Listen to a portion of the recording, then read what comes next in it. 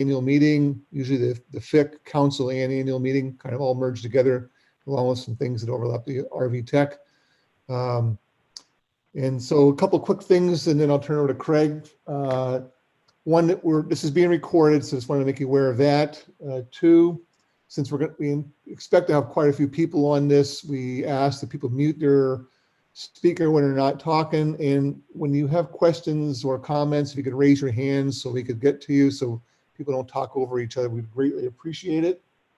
And back to the recording, just for your awareness, we will post information on our website for recording of the video so that people can access it later after the meeting as well, for those who can't make it or people have questions or issues they want to go back and revisit. And with that, I'm going to share my screen and I'm going to turn it over to Craig.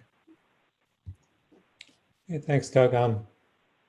Just a few words by way of welcome. Welcome everybody to the 2020 UNOLS annual meeting.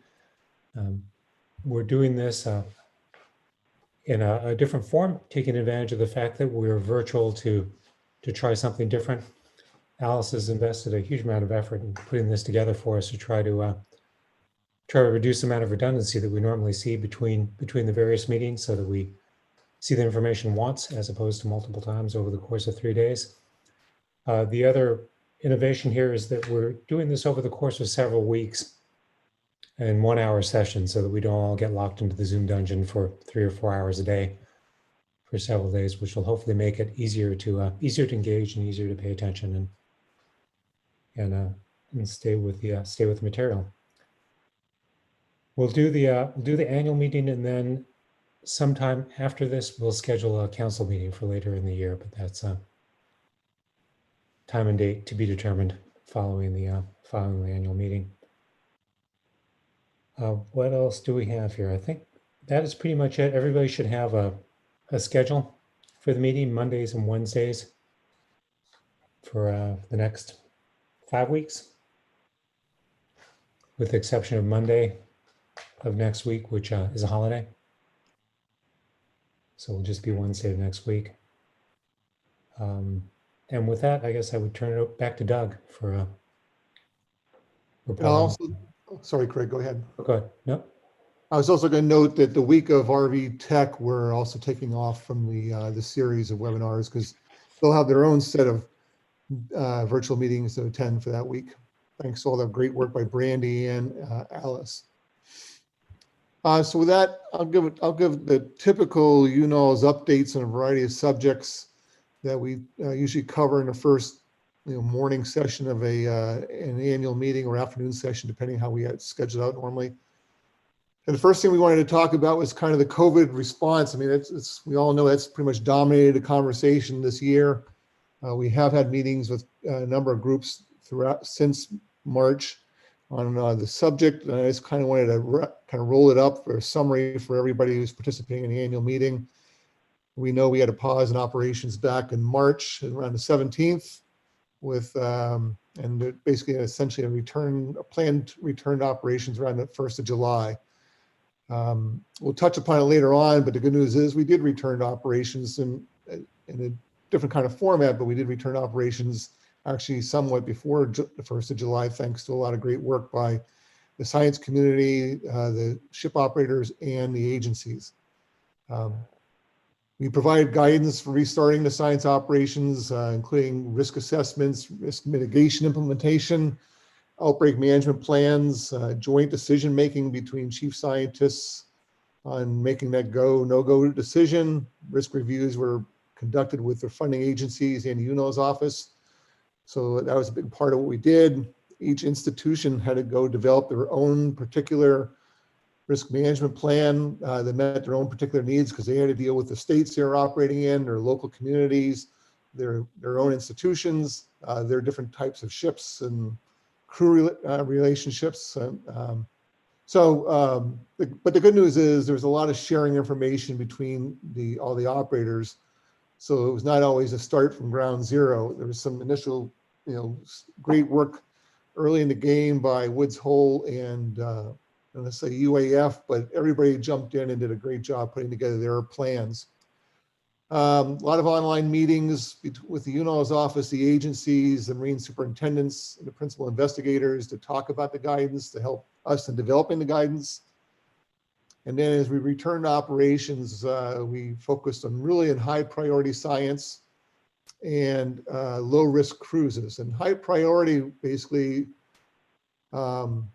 is defined as this was reserved for cruises that have instrumentation or equipment in the water that needed to be recovered so you didn't lose the data, or long-term time series work. That was really the initial high priority focus.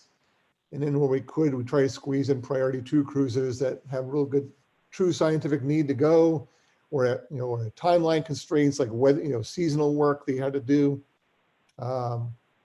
If there's short-term ongoing series, like for instance, the second to 3 cruises, if 20, so we try to keep those in if possible.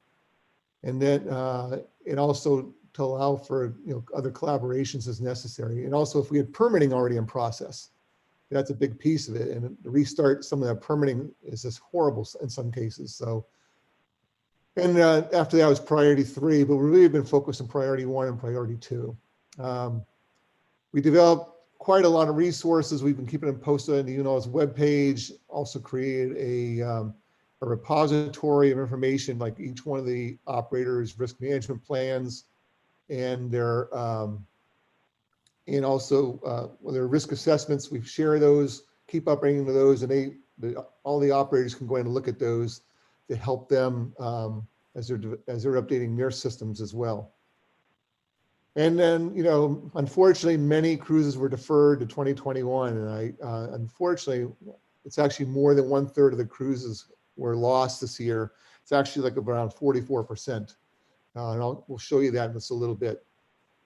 And then we've continued to process by having all the marine superintendents get together on a monthly basis, roughly, to share the challenges they're dealing with, their lessons learned, interesting issues they're coming up with. And that's been very helpful for all the operators to, again, make it so not everybody has to learn the lesson themselves or, struggle from developing something from ground zero when somebody else has already been down that path. That's the beauty of our community. There's a lot of collegial support and sharing of information. It's one of the things I think is one of the real strengths of this whole UNOLS construct.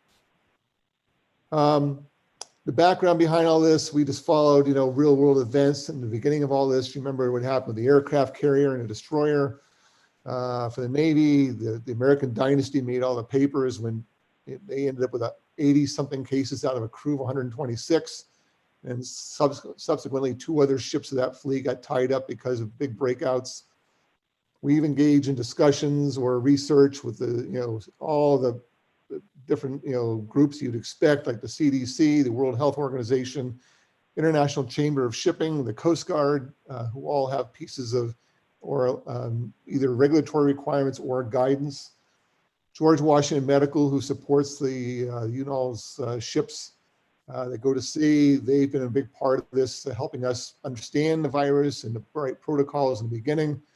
And then we also talked to UW Medical here in Seattle because they were one of the first ones to stand up a big lab.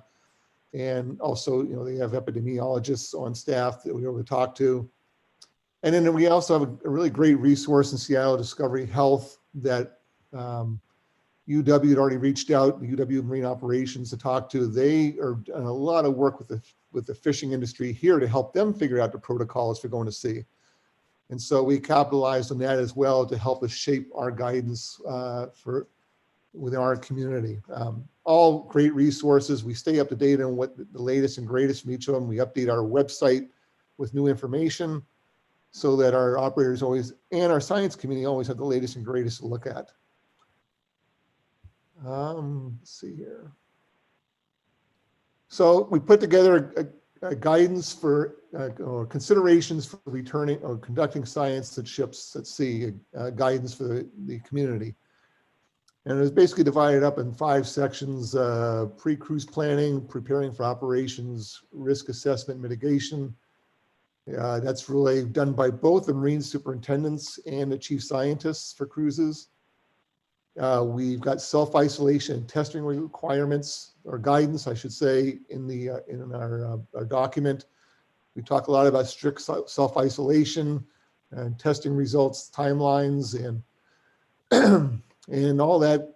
And it varies throughout the fleet depending on, the type of science they're doing, the type of ships they have, what's going on in the community around them. It's the Marine superintendents and their staffs have done phenomenal jobs adapting the best fit, and with their science parties have done an amazing job of adapting to what's the best fit to afford the best risk mitigation, but allowing science to go forward. It's been an incredible amount of work together and a lot of creative problem solving.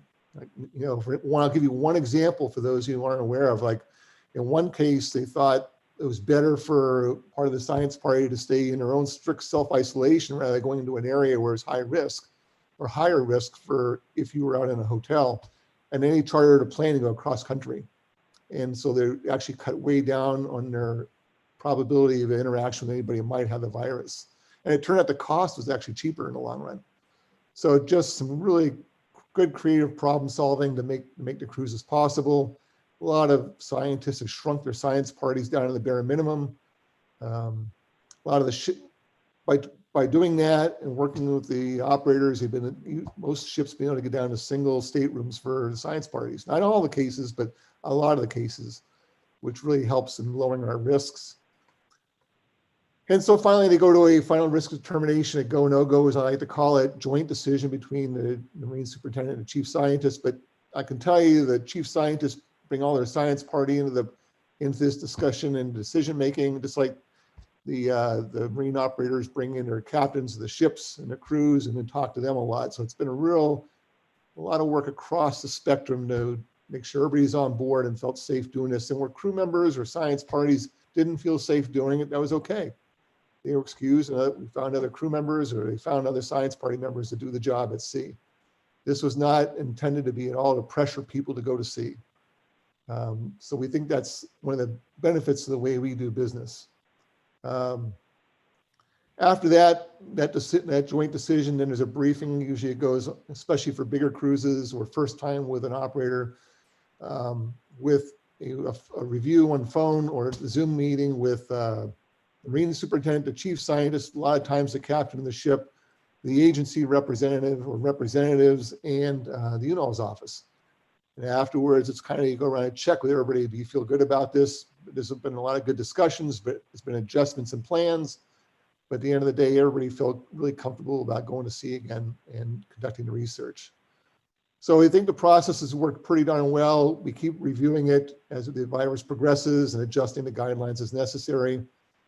I've put on the slide here, just some examples of, all these different plans put together by all these different operators, and they're very comprehensive. And they have these detailed checklists where you can see like the spreadsheet in the middle where they go through and evaluate a number of risk factors, and then they come to a final conclusion. And then they start this early in the process to assess all the risks. Then they identify and implement risk mitigation measures, and then they reassess the risk, because their goal is to get it down to a low risk or a very low medium risk. And that's when they usually say, we feel good about doing this cruise. We recommend we have a review with the agencies and the UNOLS office to make that final decision. And before they do that, a lot of the institutions, the marine operator has to go up and get the authority, the authorization to do that from their leaders and directors at their own institution first, to make sure they're not putting the risk. The institution doesn't feel the risk of doing this either.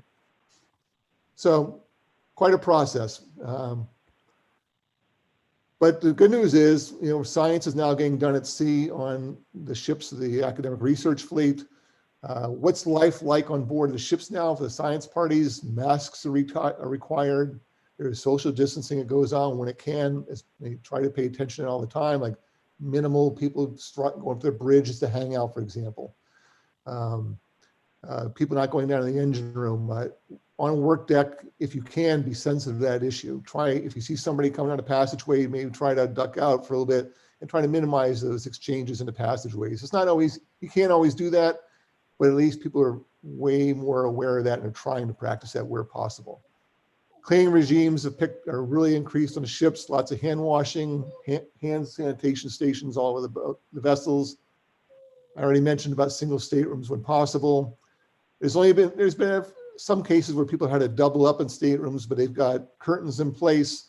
They put them in, if it's a 4-person stateroom, they put them at the diametrically opposite corners of the stateroom, or they put them in opposite watch routines and things like that to further reduce the risks.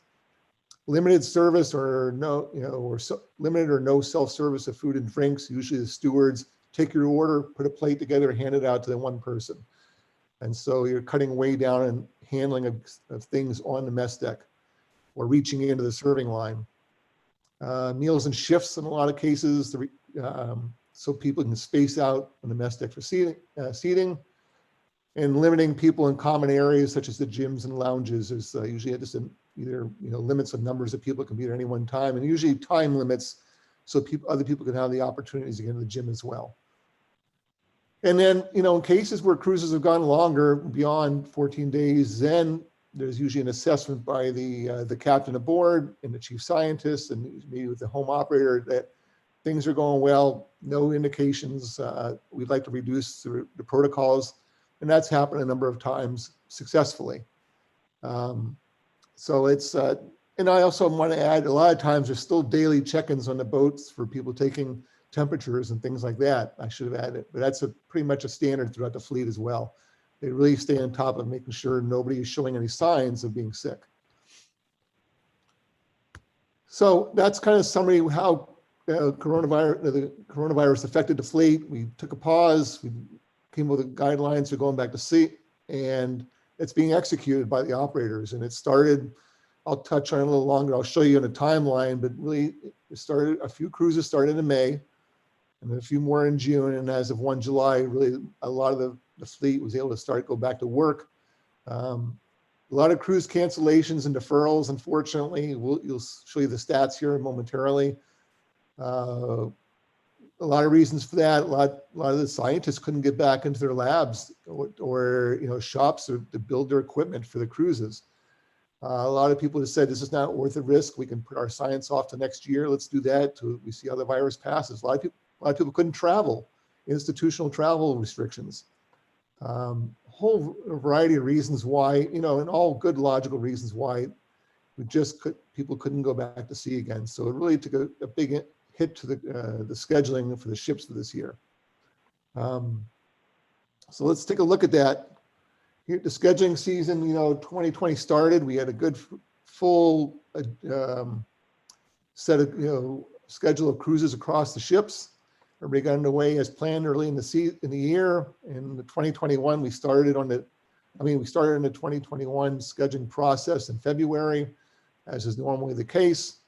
And in March, on the 13th, it hit us, and we did the pause on operations the 17th.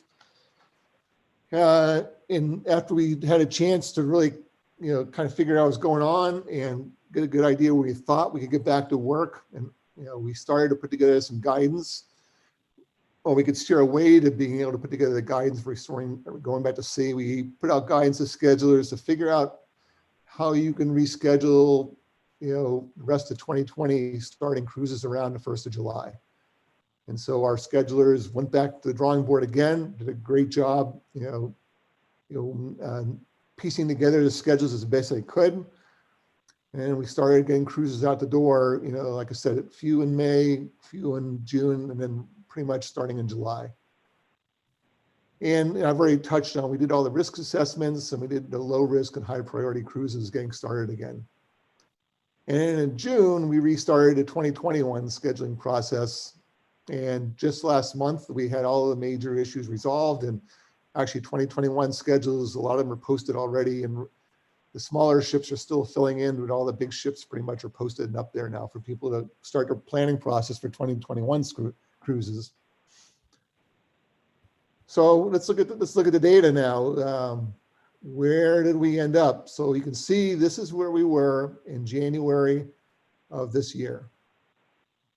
3171 days of cruises, pretty well aligned. It's typical with similar to the last 3 years before that.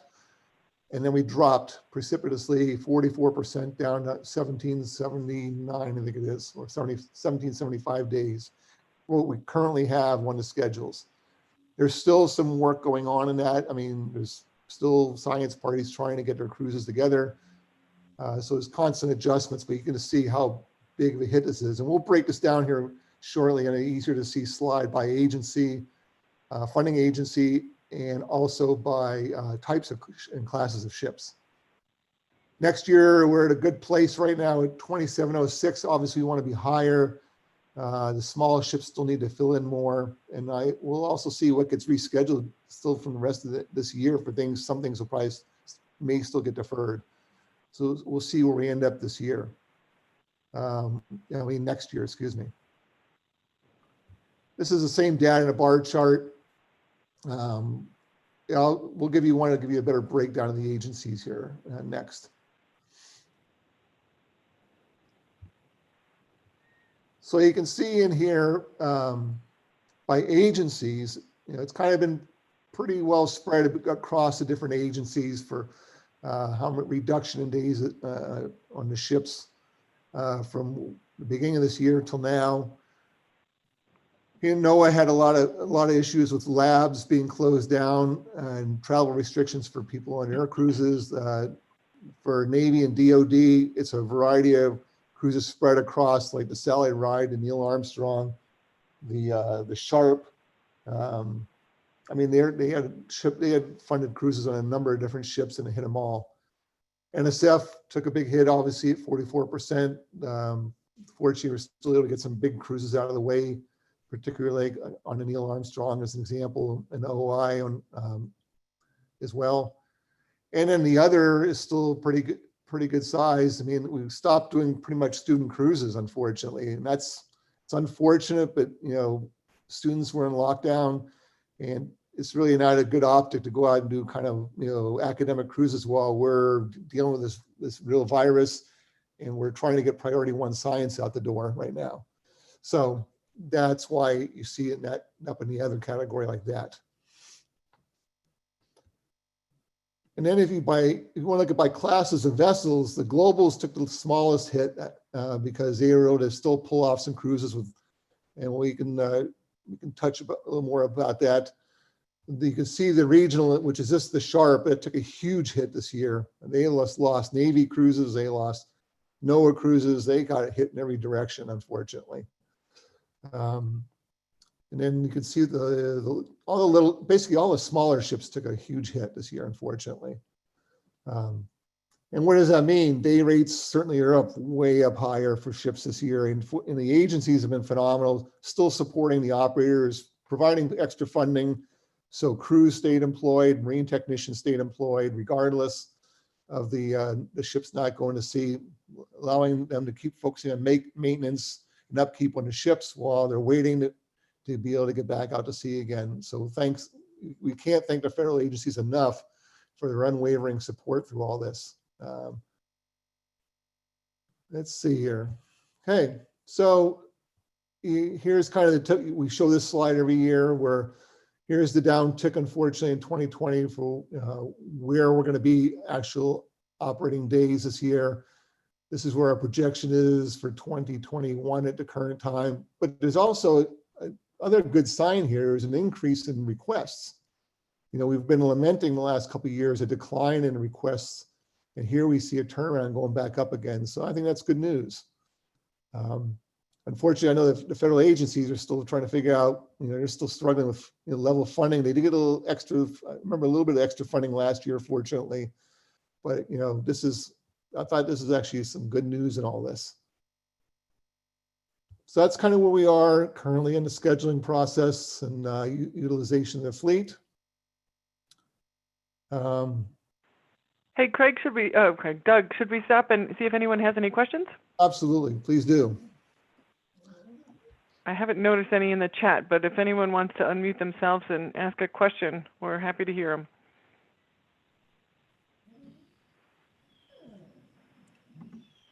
Henrietta has her hand raised. Yeah, hi, this is Hetty from NSF. I'm locked into the system as Henrietta, sorry. I was actually can you guys hear me? Yes, sure can. So I was actually in the middle of typing a question into the chat during Doug's last slide. I don't want to rain on the parade, but I wondered if that increase in 2021 ship days requested was real, or if it simply reflected a carryover of things from 2020. That's a good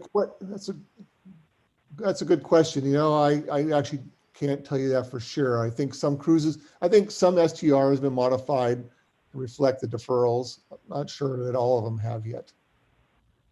Okay, thanks. It's a great question, Hetty. Thank you. Another, either I'm wowing everybody with brilliance or baffling you. Can I make This is Debbie. I have an alternative explanation. The number of, like, for example, paper reviews that I've been getting has increased astronomically. I'm just wondering if people have a little bit more time to write proposals right now. I wouldn't be surprised if maybe that's part of it. There's just, you can't get in the lab, and so people are writing papers and proposals. So there's a lot of, so which is great, but so maybe there's a little of that going on there. Oh, well, that'd be good too. Yeah. I mean, it's not good that people are locked at home and not in their labs and stuff like that. It's good to But see. people are still being productive. Yes, absolutely. Good discussion point. Thanks. So now, Rose, you had your hand up too? I do. I just wanted to make two comments. One, to Hetty's question, I absolutely think there's going to be, there's carryover and deferred work that show up in the 2021 schedules. So that's going to be reflected in the number. There's no doubt about that. And then the second thing was just, I wanted to also say thank you to the UNOLS office. They did, I mean, coming into this and having this thrown in their lap, it's been an enormous job, and they did a great job. And Doug, Alice, Brandy, and Craig, thank you for getting us through this safely so far, knock on wood. thanks, Rose. Very appreciate the Thank you, Rose. comments and the great support. Okay, well, we also always touch on. I'm sorry, Doug, just one other comment. This is Rob. Hi, Rob. As you look at that chart, keep in mind that there's been a global, more or less offline for the last few years due to the midlife refits. So I don't know if there's a way maybe to kind of show that on the chart, but just something to note. Sure. Good point. Absolutely right. The good news is the third one is in its midlife now, so it won't be too much longer of this. Okay. Thanks, everybody. Appreciate everybody weighing in on and adding some excellent comments to that. Speaking, kind of touching on, that was a nice transition, Rob. Thank you for doing that. So now we're going to talk about the projected fleet capacity. Speaking of midlifes, and so we've updated the chart here. A couple things I'll draw your attention to.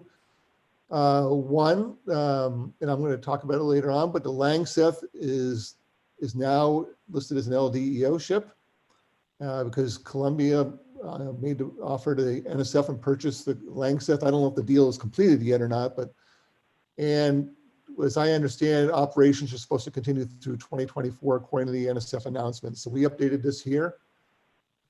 We've updated the Pelican based on information thanks to Joe Marlborough down here. She's supposed to operate into 2025, although she's supposed to start, replacement, Gilbert Mason is supposed to start operations in the beginning of 2024, thereabouts, based on the latest projected project timeline for the RCRVs. And we've updated all three RCRV vessels to reflect as best as we understand currently. So those are the updates to this table from what you normally see. As Rob touched on it, we know that Thompson and now the Revell have both been through their midlives. And so now the Atlantis is in there doing their update, but that's, their midlife, but there'll be a lot more discussion about that later on when those projects are briefed. Any questions on where we're at currently with the fleet?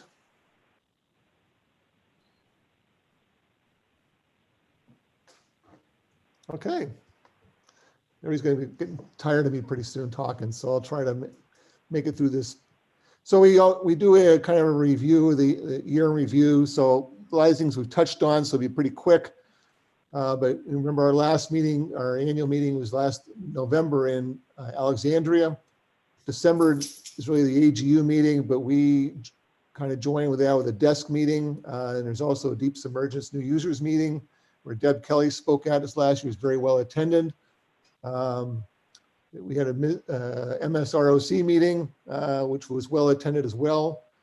And the office supported the open house on the Sally Ride for 3 days, which was part of the AGU Centennial celebration. It was a great job by Scripps by opening up the ship and hosting a lot of people visiting it. That was a fun opportunity. And then January, we had the AICC annual meeting in Seattle. There was one of the big things at this year's meeting was there was recognition of Healy's 20 years of supporting Arctic science. It's hard to believe it's been 20 years already, but the committee presented some nice tokens of appreciation and recognition of the Healy's accomplishments over 20 years.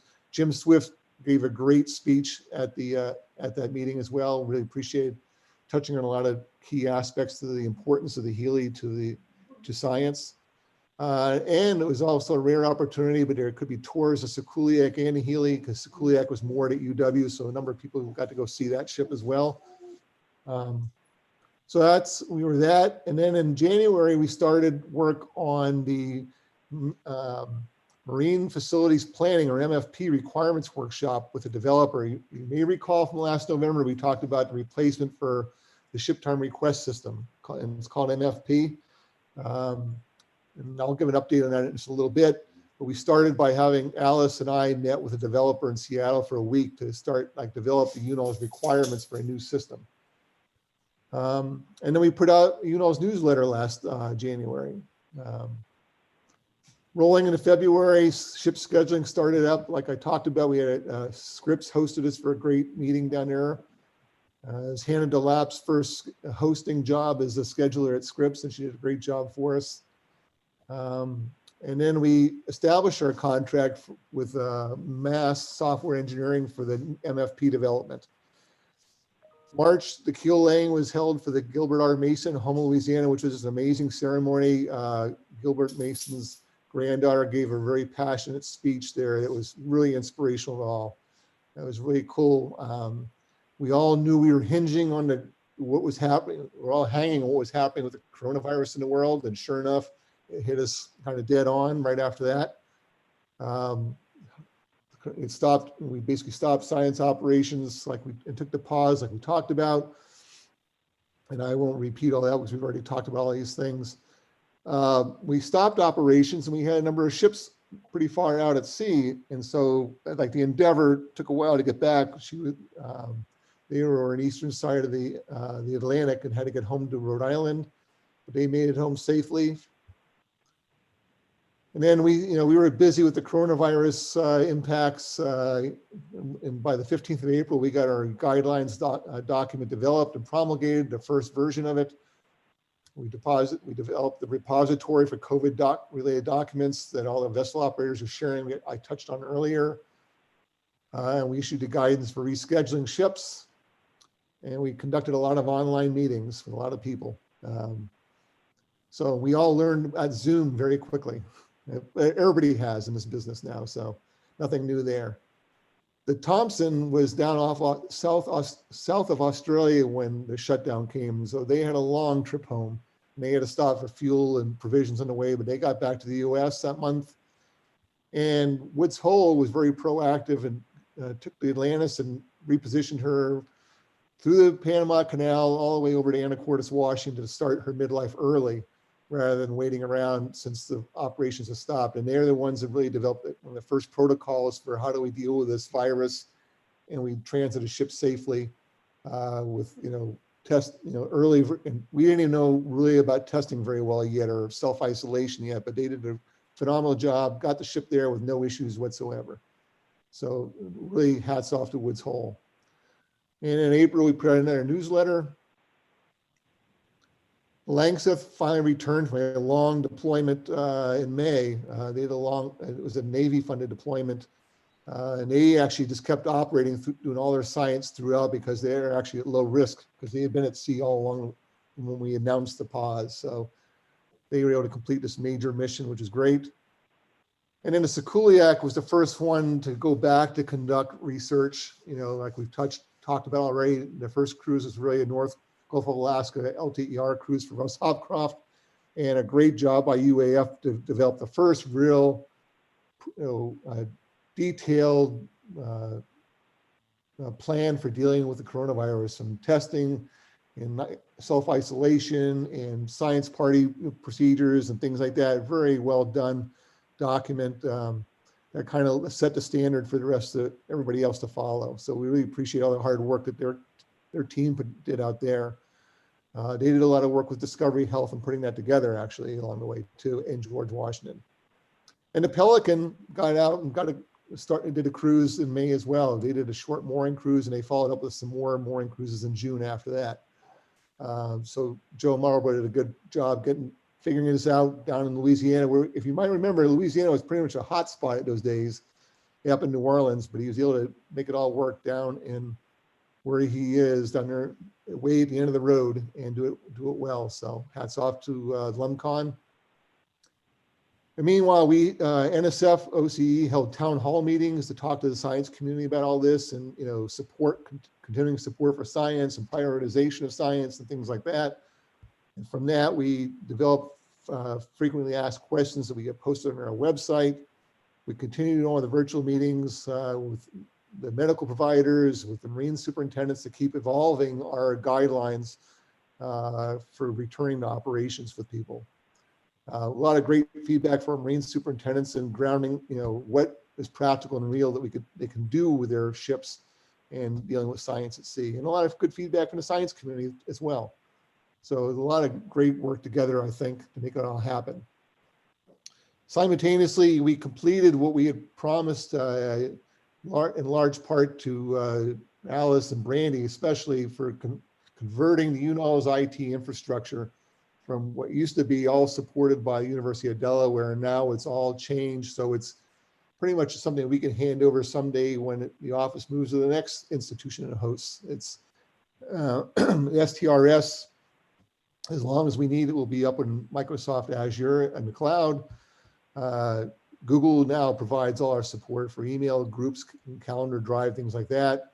And we successfully closed out that subaward to Delaware. And that was one of the goals when the UNOLS office handed off from Rhode Island to University of Washington.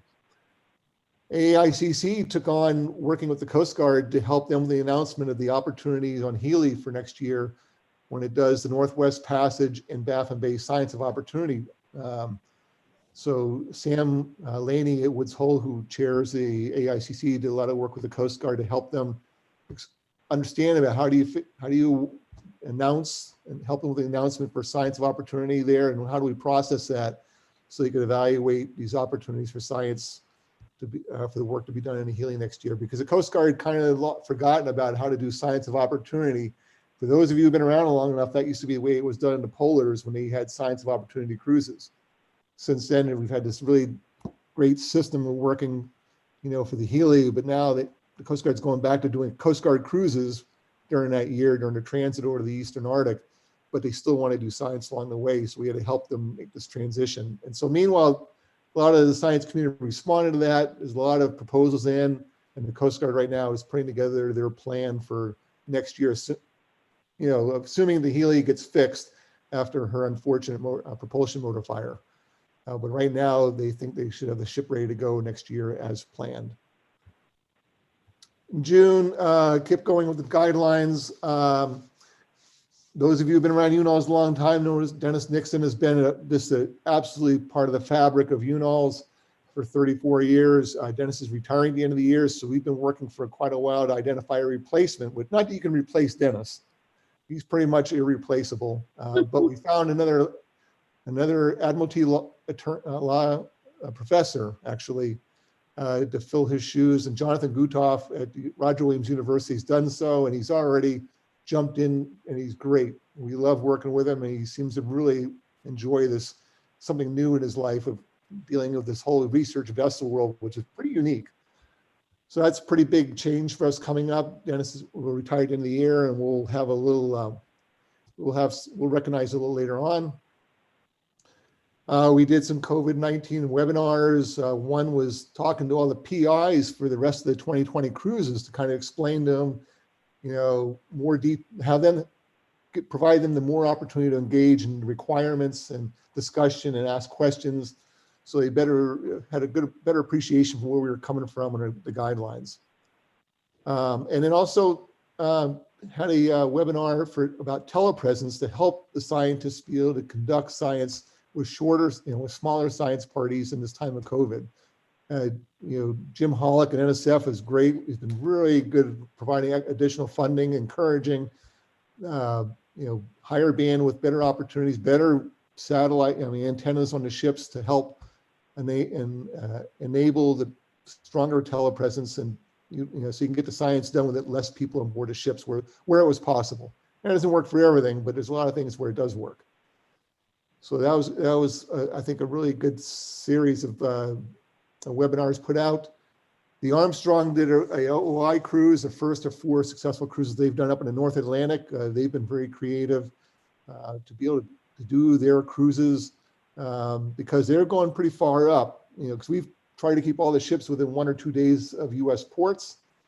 Obviously, to go up and do OI up north, as well as some other important cruises they've been doing, they needed to really kind of get out of that range, but they worked on pre-arranged pre-cruise arrangements with a number of places, including in Greenland, Iceland, and Canada. So if they had to divert into a port, within 1 or 2 days, they could do so in case they had, basically if they had a COVID case aboard a ship or any other medical emergency for that part. But so they did a lot of really good work by the Woods Hole group up front to make this work. And they've been knocking out big cruises very, very well. The Atlantic Explorer was very creative. They went to the shipyard early when the pause happened. He went down to Florida, got down there safely, got all the work done in the shipyard safely, and did science on the way home.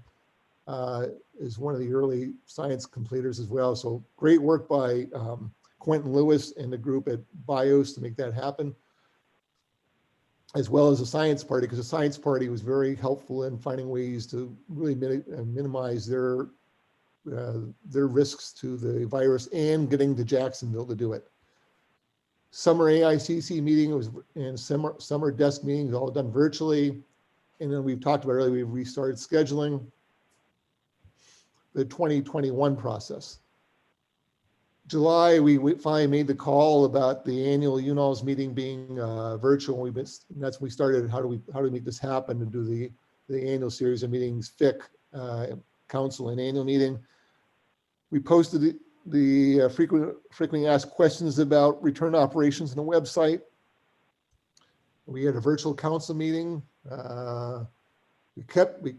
We started doing monthly Marine Superintendent check-in meetings. We had to cancel RVOC in April because of the pause and the pandemic and how busy we just couldn't travel. And the Marine Superintendents, as you can tell, we're all pretty darn busy, just trying to figure out how to go back to work here in this new world. So we started at Zoltan Kelledy's suggestion as the RVOC chair. We started doing monthly RVOC check-in meetings where all the Marine superintendents get together. We talk about all the challenges they're dealing with. They're sharing lessons learned. They're bringing up new weird things they've had to deal with and sharing them. And it's been, I think, very helpful for all the Marine superintendents. And they're like, keep doing it, keep doing it. We need more of these. So Zoltan gets the credit for really initiating that. Let's see here. What else do we have? Oh, we've got to start getting requests about working on, you may remember the president's memo on mapping within the EEZs.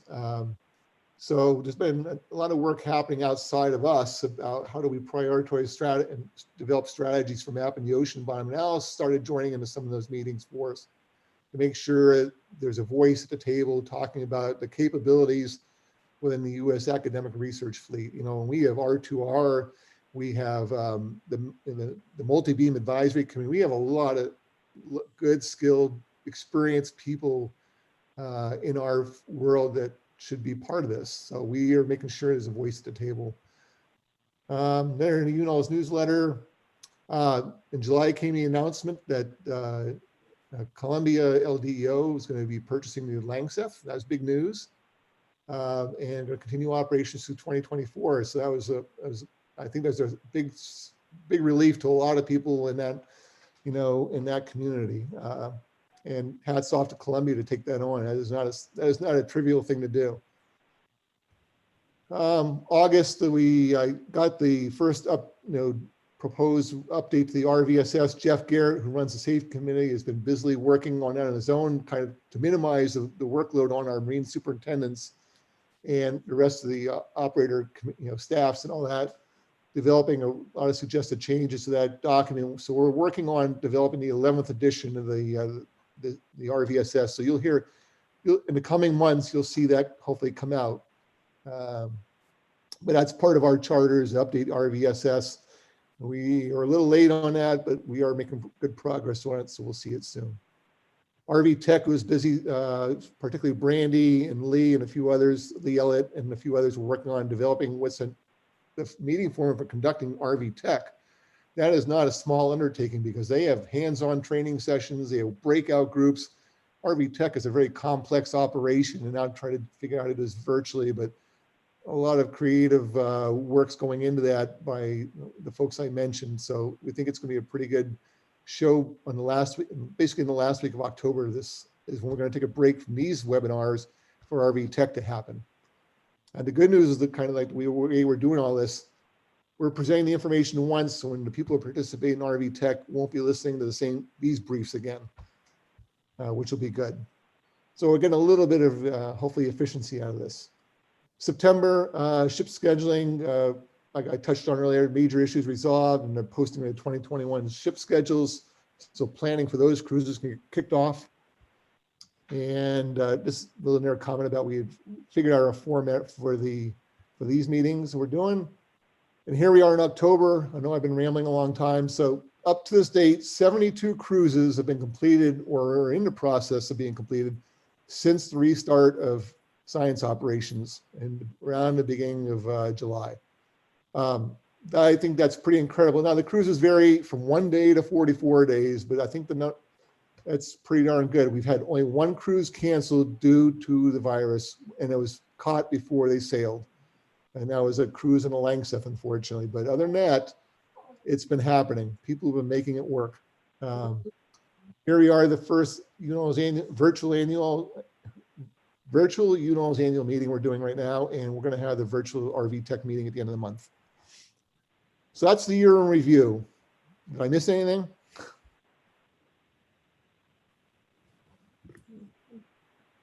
Doug, did you want to touch on at all about COVID procedures going into next year's with scheduling and the fact that we don't expect things to change much? All right, no, thanks, Alice, for bringing it up. No, you're right. Right now, we're planning on still operating from U.S. ports at least until midway through next year. We'll see how the virus how it works. If we get vaccines in place, what the infection rates are, all those things are before we make decisions on the road. But right now, we're planning to be very conservative up through the middle of next year so far.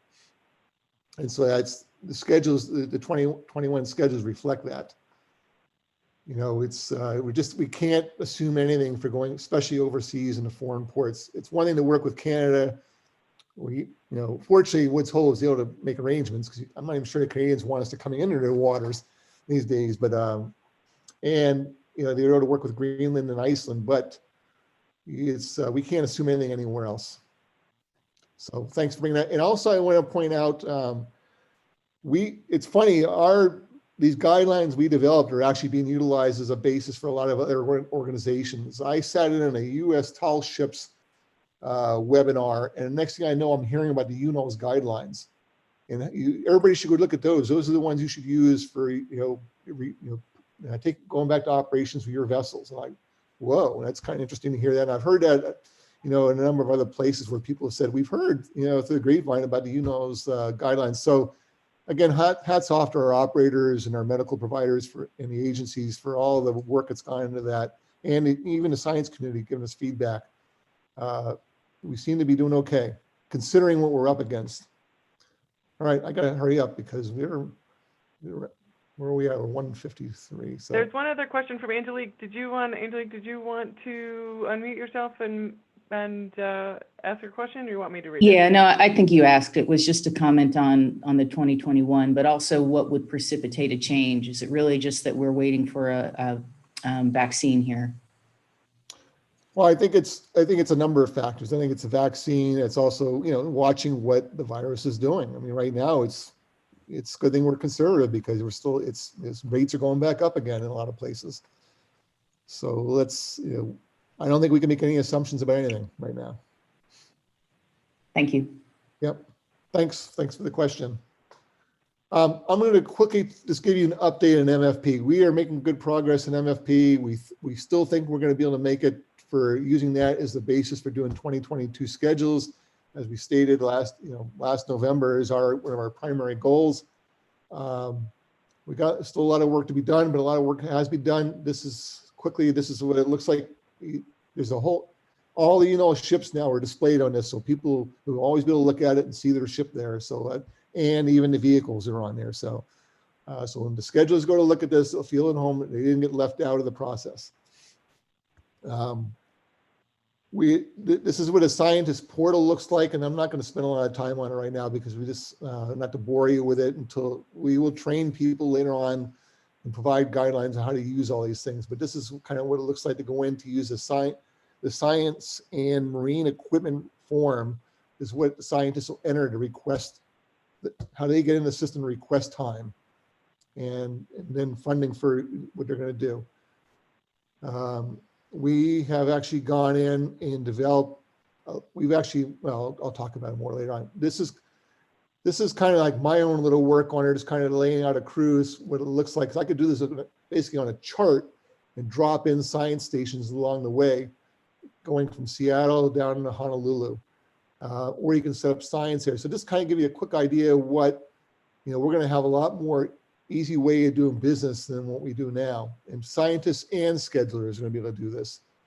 And even up here, it's hard to see, I know, and I apologize, but you can even have a bar chart to show you like your whole schedule, your vessel along here, so you see where your cruises fit in and how they lay into each other. And there's other ways we can show them as well. Other ways of displaying the timeline. This is better.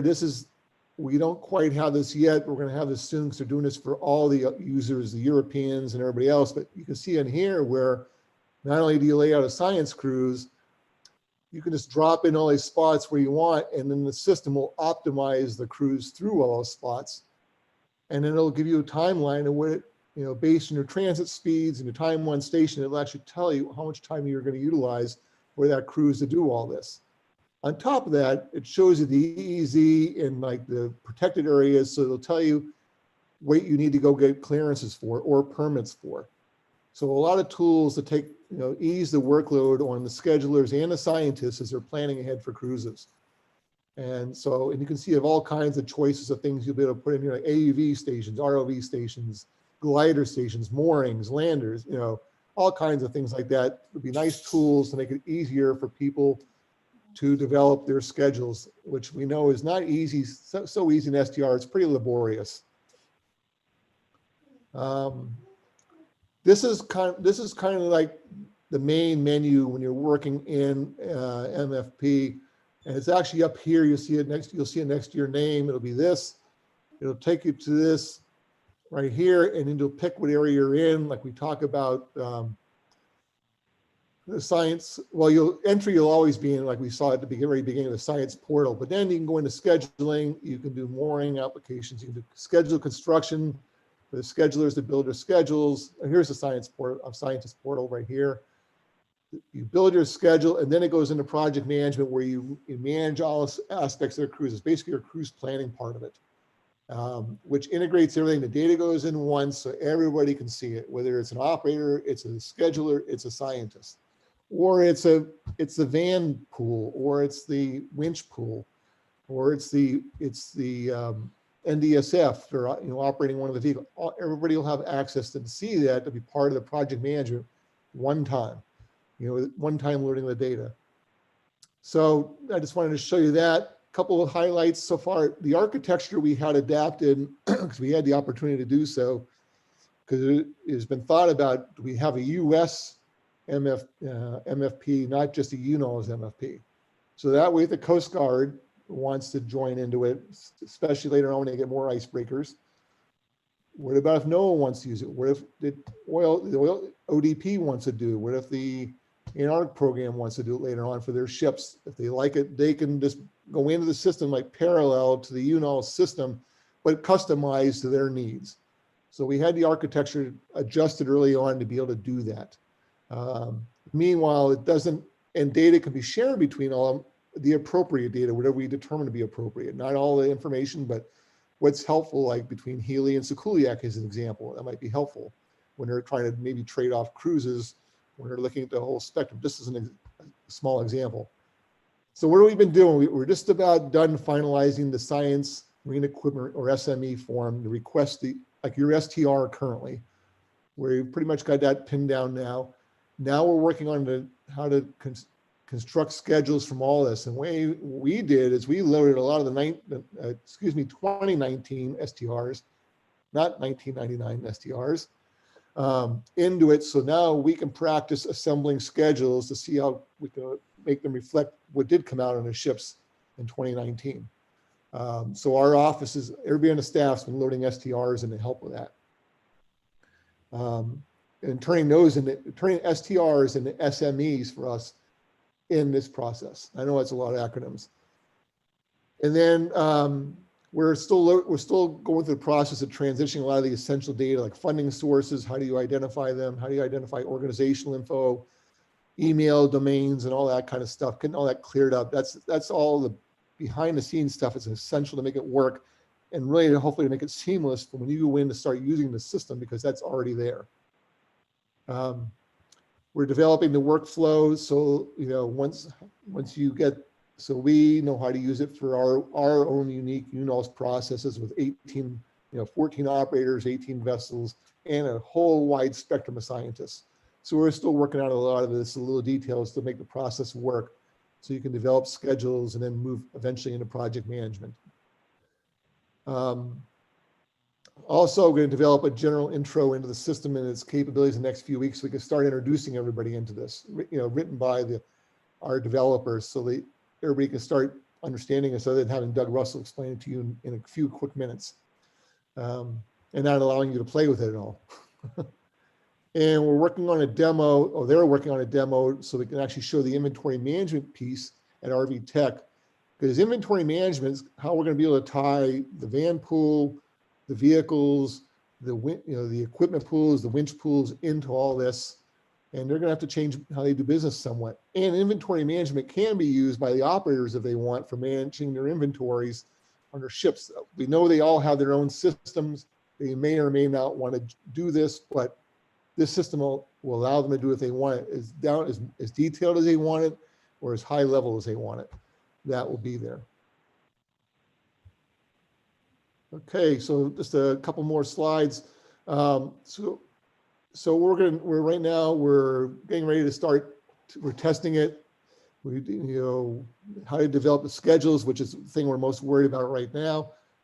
So we're going to do some testing of that system, how to build schedules. As soon as we get comfortable with it, it's working, we understand it, it does what we think it needs to do. Then we're going to bring in some schedulers. We've been talking with Scripps all along, UW all along, and maybe even Woods Hole too, to come in to help us, get it even better. And then we'll start to roll it out to the rest of the schedulers. And we really see it, it's kind of a big ship, small ship thing. It can be very, very detailed, or it can make it a lot simpler probably for the smaller ship schedulers who just don't need to get caught up in as many details. And so it's very easily customizable for all the operators. Hopefully you'll kind of get into 2 basic models, but that's what we're working on. And then from there, we'll go into project management, like cruise, and I'll keep going back to cruise planning because everybody understands that, and inventory management as we continue to get that smoothed out. Okay. I'm done. Now I turn it over to Craig to talk, unless there's any questions. Any questions first about MFP? I'm sure everybody's just sick of hearing me talk. They're probably all asleep, or they've been reading a lot of email.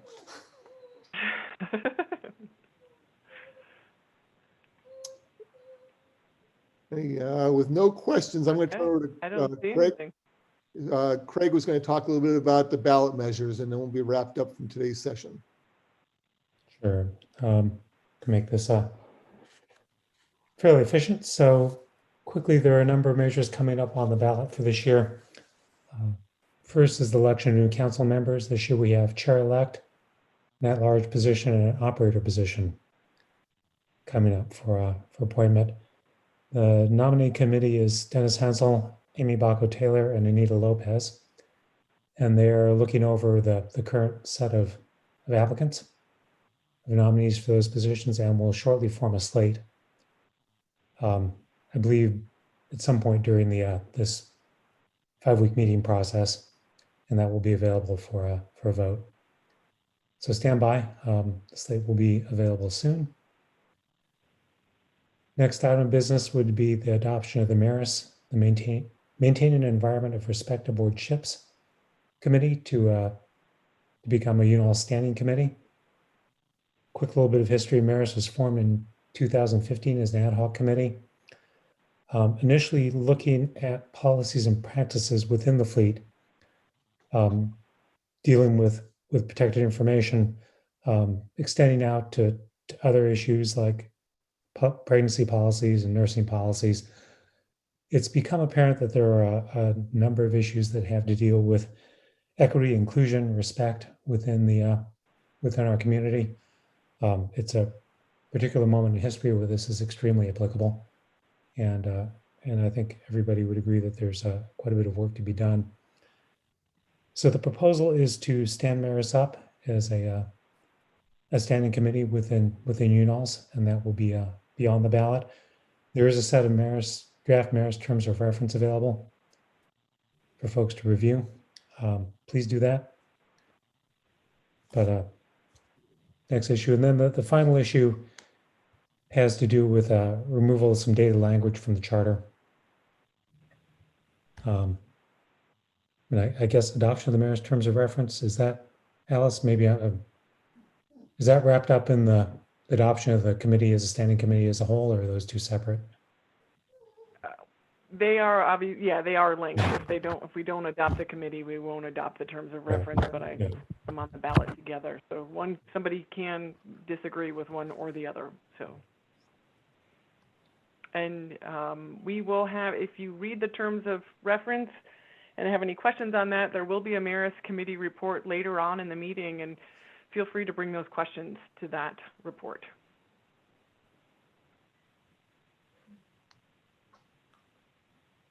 There it is, ballots within the next couple of weeks.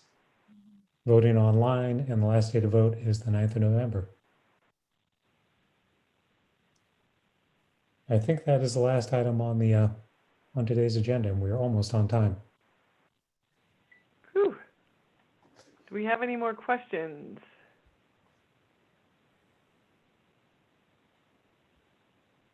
Thank you, Jules, for putting a link into the chat there.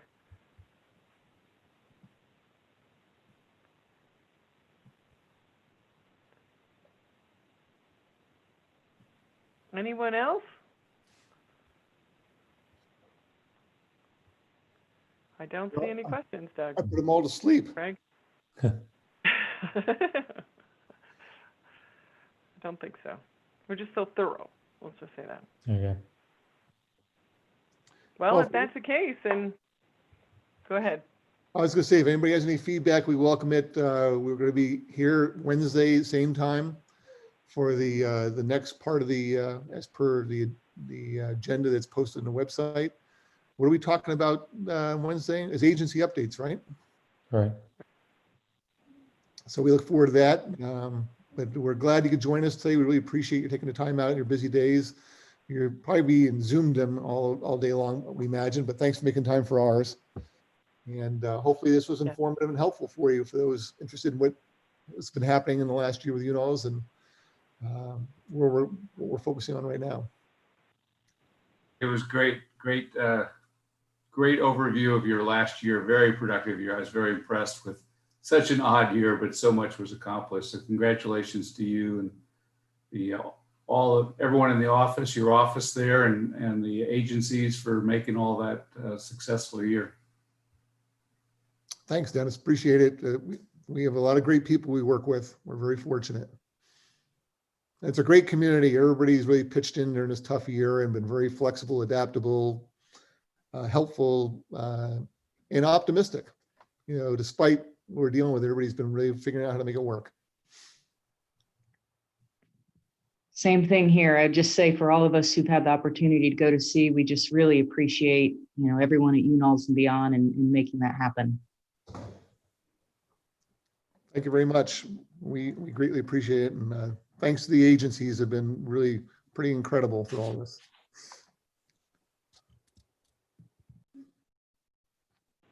Okay, I think we're done. I think so.